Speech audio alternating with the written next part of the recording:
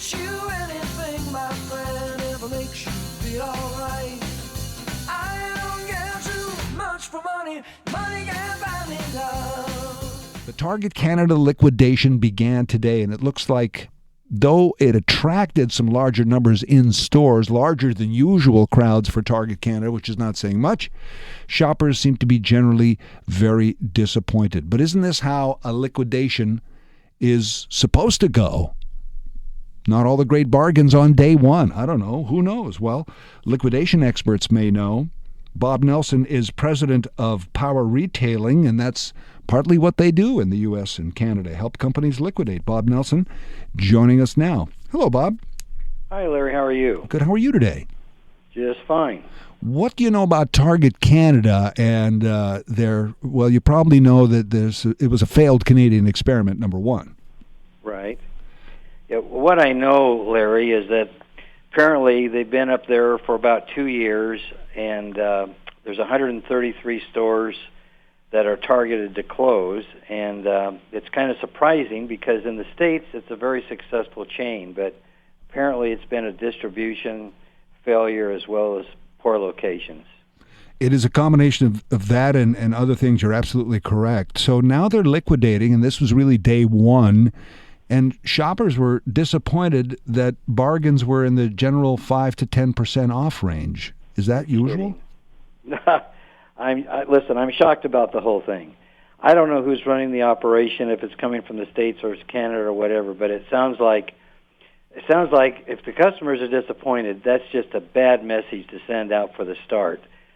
5 and 10%, I've had people tell me they don't even get out of bed for that. I mean, that's a non-starter. But is it the case where it might be 20% by Saturday and 50% by next week, or is this not the way you do it? No, there's no question there's going to be a progression, and depending on what their stock is and what they need to dispose of it. But I'm sure within a few days there will be another markdown on different categories, so on and so forth. And it's going to go till the end, basically up to, whatever will be very, very deep discounts.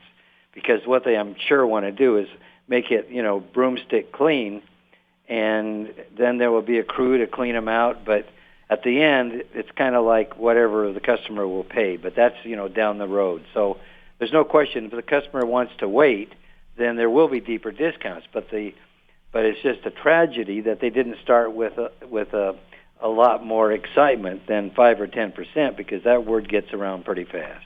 And it really has, and especially with social media today, it's known instantly. Should there have been some sort of door crasher specials or something? What would you have done?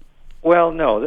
A door crasher, I mean, when you go out of business or close your store, that always has impact. And I'm sure the customers were there waiting for huge bargains.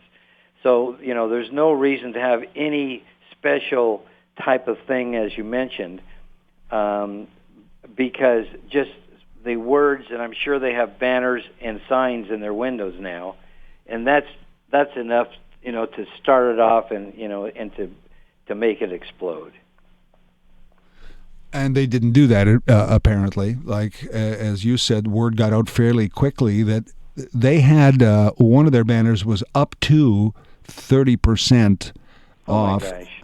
And oh, my gosh. Yeah, even that's not great. But then you went in, and very few items were 30%, and they were the ones that nobody was really interested in. Well, if they trip out of the gate, which they appeared to have done here, is there any way they can fix this? Well, the horse is out of the barn, and if you don't start good, you don't finish good. But there will be a conclusion, but it doesn't sound like many Canadians are happy campers. No, and haven't been since it opened. And interestingly, Bob, here many people go down to the States all the time and love Target, Sure. and that was part of the appeal of Target coming here. We already knew the brand, we already know the store, and Absolutely. they didn't deliver with that same brand in Canada, not even close. It's just shocking to me. It's just shocking. I mean, it's a very successful chain, and how they could blow this, I just don't understand. Well, and you're in the business of retailing, and so none of us really understand. And if you don't understand, then it's something. Well, the head guy resigned. We do know that, but other than that, yeah. CEOs come and go pretty fast. It's true enough. Bob, thank you for the insight. I appreciate it. All the best. Thank you very much, and I wish you the best. Bob Nelson is president of Power Retailing, giving us some insights into the liquidation. So Feel alright. I'll get you anything, my friend, ever makes you feel alright. If your business is at a crossroads in the United States and Canada, Power Retailing has helped independent retailers double revenues, eliminate business debt, and save thousands of dollars by resourcefully cutting costly advertising budgets in half. For a confidential, free consultation, call 480-460-1980.